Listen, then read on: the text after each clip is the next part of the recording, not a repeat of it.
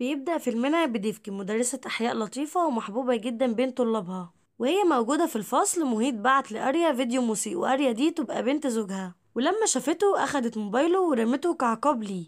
وبالرغم من إن ديفكي دايما بتقرب لأريا وبتحبها، إلا إن أريا مش بتحبها أبدا، ورافضة إنها تبني معاها علاقة جديدة وتحبها، خصوصا بعد وفاة مامتها. وفي مرة بتتبعت لأريا دعوة لحفلة الفالنتين، وبتطلب من باباها إنها تروح الحفلة، لكنه بيقولها إنه هيناقش الموضوع ده مع ديفكي، وطبعا هي بتتضايق جدا وبيوافقوا بعد تردد كبير. وبتستعد أريا عشان تروح الحفلة، وبتتشيك حلو جدا لأنها كمان معجبة بولد، وبتقرر إن هي تعترف له بحبها في الحفلة. وبتخلص تجهيزاتها وتدريباتها على الاعتراف، وبتمشي مع صحابها، وبتوصل الحفلة وبتكون مبسوطة جدا وبتحتفل مع صحابها، والدنيا جميلة لحد كده.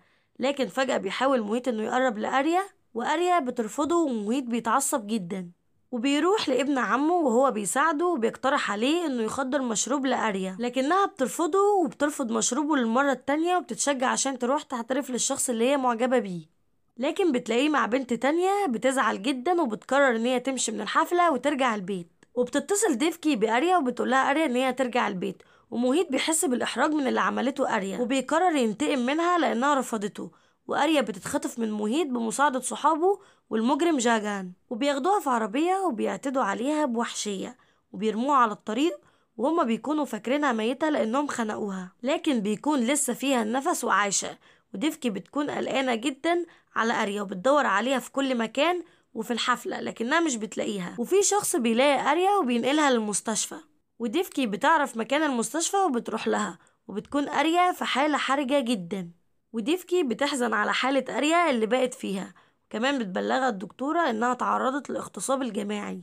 وديفكي بتنهار جدا من اللي سمعته، وبينتشر الخبر بين الصحافة والإعلام.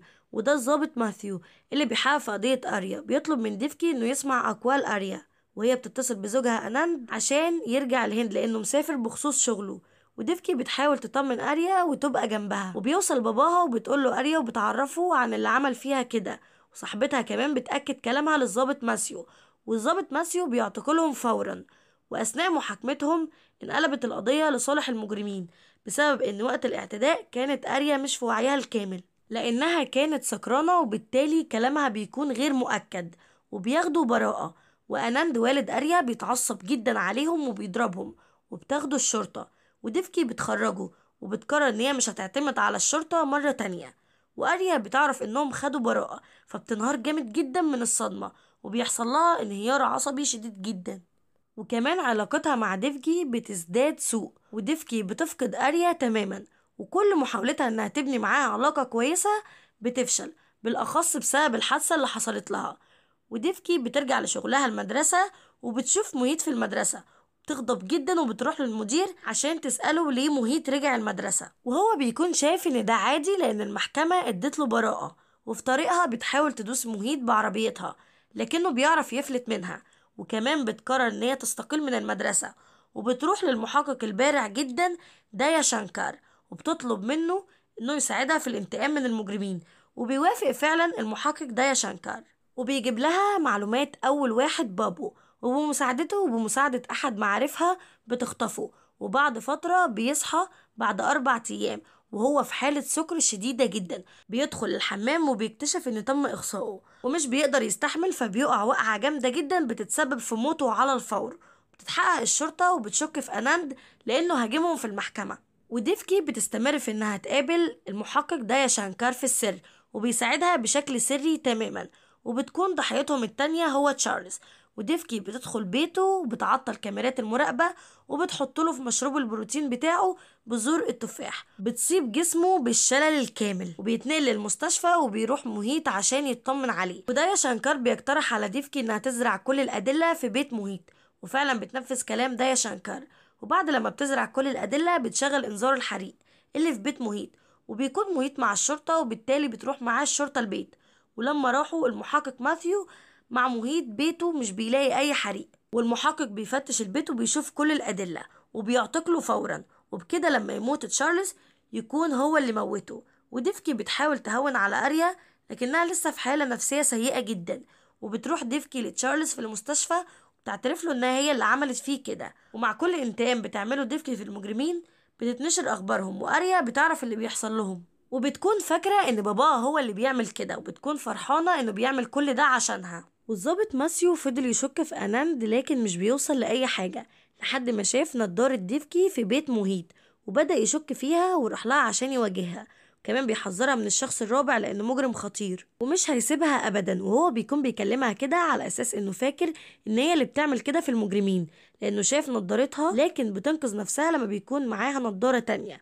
كده المحقق ماسيو مش معاه اي دليل ضدها، وبتروح ديفكي لدايا بخصوص معلومات المجرم الرابع جاجان، وبيقولها ان هو محتاج شوية وقت.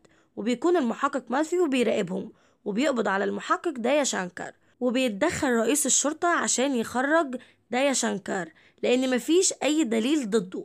وبيكون فاضل كده رابعهم جاجان اللي بيروح يزور مهيت وبيقوله ان في حد بيدمرهم واحد ورا التاني وكمان عايز يخلص منهم.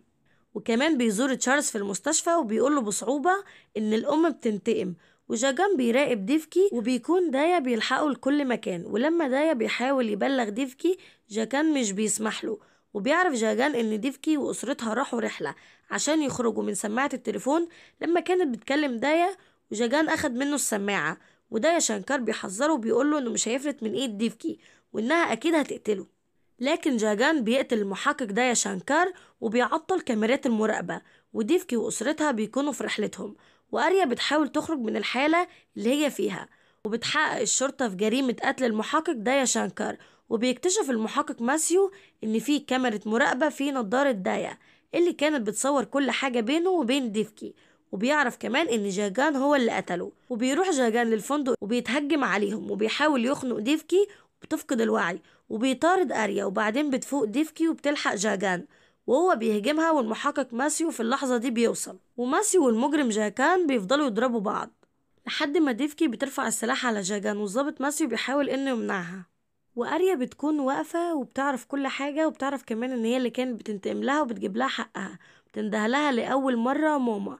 وديفكي بتضرب على جاجان نار، واريا بتحضن مامتها وبتقول لها ان هي بتحبها جدا. وديفكي بتكون بكده قدرت تكسب بنتها اريا، وكمان انتقمت لها من المجرمين اللي اذوها. وبكده بينتهي الفيلم.